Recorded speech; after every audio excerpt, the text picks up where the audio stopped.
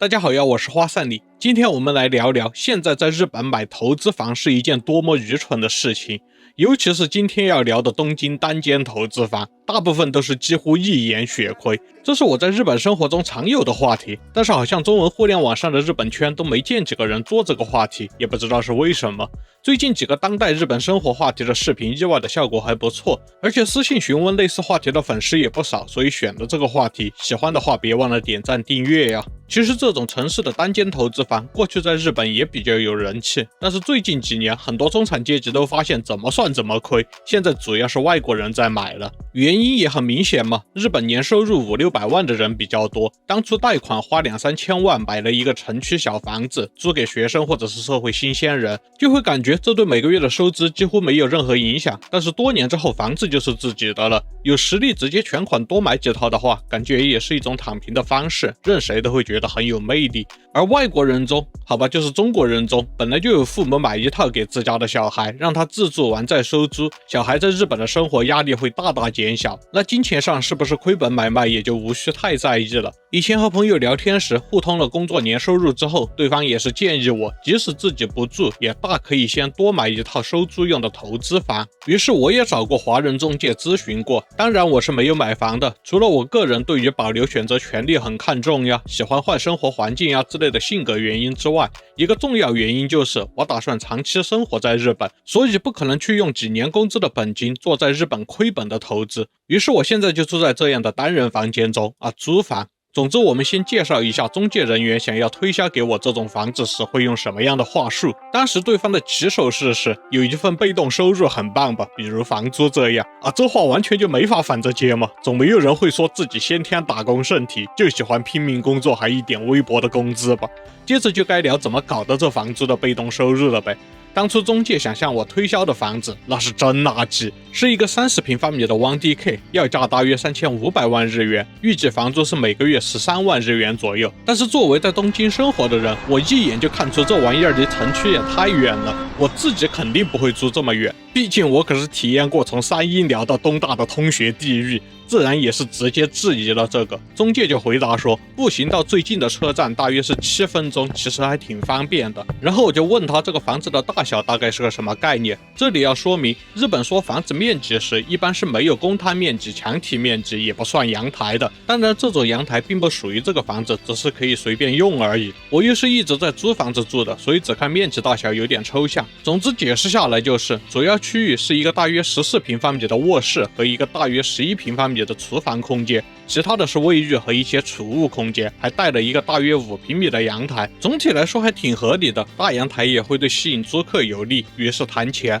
我的目的是買來出租當被動收入的，中介就直接建議我用極少的首付貸款35年，每個月賺租金和還款額度的差額，並且介紹了說購房成本可以用來申請收入免稅，因為日本打工人也是年收入越高稅率越高，說實話把一部分收入變成免稅收入還挺有吸引力的。那成本大概知道了，於是我又問了當地的這種出租房平均1年下來會空置幾個月，平均1個月的租金是多少，這些中介又推薦了一種叫 sublease 協議的東西，簡單來說就是他們來負責租出去以及所有和租客相關的事務，無論有沒有租出去，我每個月都會從他們那裡收到固定的房租，代價是他們收取房租的20%。到了這一步我已經開始懷疑了，因為這听起來就是所有的事情其實他們自己就可以做，還賺錢，然後平白分一部分給我沒有這種道理嗎？在這個流程裡，甚至就算我把房屋貸款的減稅當成是我創造的額外價值，常識上都不可能比他們公司自己繼承成本的減稅直接吧。到這時基本上我已經決定不買了，但是還是繼續了解了一下實際情況。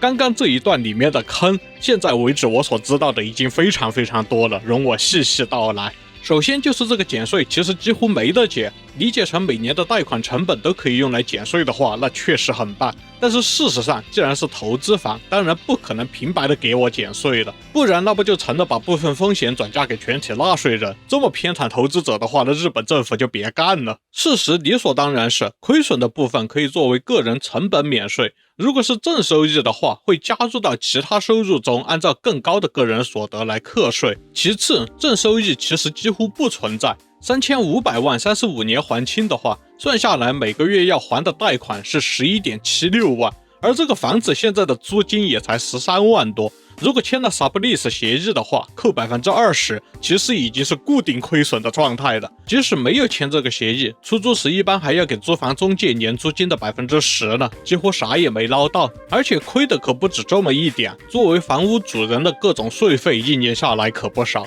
固定資產稅、城市規劃稅、物業管理費、修繕公積金、火災保險，這些加起來一年要40萬左右。而這些支出也只有少部分是可以用來申請所得稅和都民稅的減稅的。可能很多人會想，那平均一個月才3萬多日元的成本嗎？這麼點固定支出就鎖定了3500萬的固定資產哎，這就是第3個坑。這種非都心的房子會貶值得很厲害。我想只有中國人會覺得把機會成本投入給房地產是個好主意吧，這個姑且不論。等35年後這個房子真正沒有貸款的屬於我的時候，它還值多少呢？如果不是東京六本木、新宿、澀谷這些真正的都心的話，其實這麼長時間之後，多半是只剩下地皮的價值了，也就1500萬日元左右吧。那麼假設租客每2年換一次，35年之後一共花了多少呢？巧了，也是1500萬左右。那運氣好的話，恭喜，這筆錢的收益率連日本這種低到變態的存款利息都不如。實際上哪有什麼運氣好，概算都這樣了，我都不用細算都猜得到。當成定投的投資標記看的話，年化收益率肯定是負數。然後第4個大坑就是這個 sublease 協議，這個簡直是巨坑，狠狠地割了東方人風險厭惡習慣的韭菜。20%的抽水，那也就是說雙方對價的風險程度是每年有 2.4 個月租不出去唄。姑且算這個協議的數值沒有那麼坑，本來平衡風險就是2個月租不出去，sublease作為擔保方收取風險的 20% 的費用，就這樣假設也已經很虧了吧。但是講道理，平均每年有4個月租不出去的房子，為什麼要買來投資呢？好吧，再退一步，買都買了不管了，那 sublease 協議還有個巨坑。其實這是個嚴重不平等協議，簽了 sublease 協議之後，租房的相關事務就全部委託給對方了，甚至包括了租金。既然租出去的時候他賺 20%， 沒租出去的時候他賠 100%， 那他肯定會定一個非常容易租出去的價格呀，不然呢？所以連13萬的月租都保不住，市場價13萬的房子要容易租出去的話，我感覺怎麼着也得降到11萬吧，又是一大筆虧損。而且買賣不破租賃，簽了 sublease 協議的房子，想出手時真的能賣嗎？是你的話，你會用一樣的價格去買一個已經出租了一大部分權利的房子嗎？當然還得大幅降價。事已至此，這玩意兒每年定期帶來負收益，而且到手之後立刻出售價值大幅下降，這他媽到底是在投資還是在做慈善啊？順帶一提，我現在租的房子就是港區海岸第1排塔樓高層，室內52平米加9平米正對海濱公園的陽台，房租只要16萬日元一個月。是的，房東簽了 sublease 協議，雖然我不知道房東是誰，但是感謝你一直以來幫我負擔了很大一部分的住房成本，你是一位樂於幫助我等窮苦群眾的有良心的有錢人啊，這是真心話。而且 sublease 協議一簽多半都是10年、5年的，感覺降房租不爽，想要收回來的時候，對不起，請付半年房租作為違約金。而且收回來又能怎麼樣呢？只要租客正常租住在裡面，沒有出格行為。大體上，日本的法律是更保護租房方的，而且租房方可不僅僅是實際上的租客哦。二房東對於房客來說是房東，但是對於購房者來說，他也是租客，對吧？所以 sublease 協議到期要求不續約之後，或者是支付了違約金之後，足夠黑心的 sublease 公司也可以援引借地借家法來惡心你。這種情況，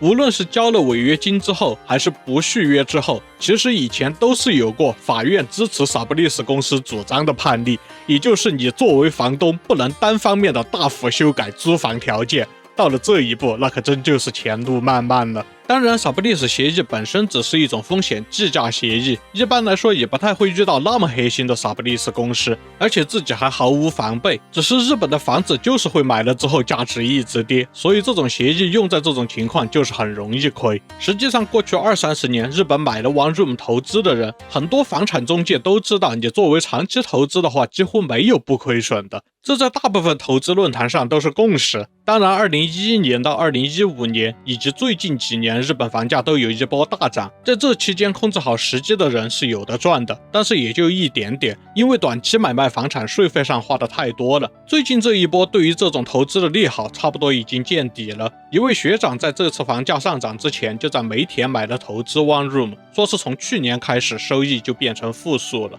那整體日本的房地產環境，我觉得現在不是太好的时期，可能对于中介而言，现在连哄带騙都越來越困難了。所以你看，現在有些日本房產的華人中介的吸粉用自媒體賬號在強調其他的生意了，或者是直接就打算過渡成純自媒體另尋出路了，也是一種管中窺豹吧。而且就算踩中了這兩波日本房價的上升期，也未必不是虧。這次房價上升大約從19年開始，就算房子5年上漲了40%，你買的投資 One Room 兩頭都踩中，扣掉各種成本之後，收益也不會超過25%。但是你看看這幾年，日經指數漲了多少，黃金漲了多少，美股各種指數漲了多少，比特幣這些虛擬貨幣漲了多少？試問這些高風險投資品，哪個漲得不比日本的房子多得多？你不會真以為日本房子的風險比他們小吧？好吧，肯定比虛擬貨幣少，但是其他的嘛，你去問一問金融界做風控的朋友，這些風險貼現率和日本的房子比一比就知道了。這次我介紹了日本投資 One Room 的坑，大家感興趣的話，以後也打算制作更多日本當下生活的話題。當然，其他的日本房產投資中可能的坑也可以繼續做，反正現在養新號嘛，也不怕得罪人了。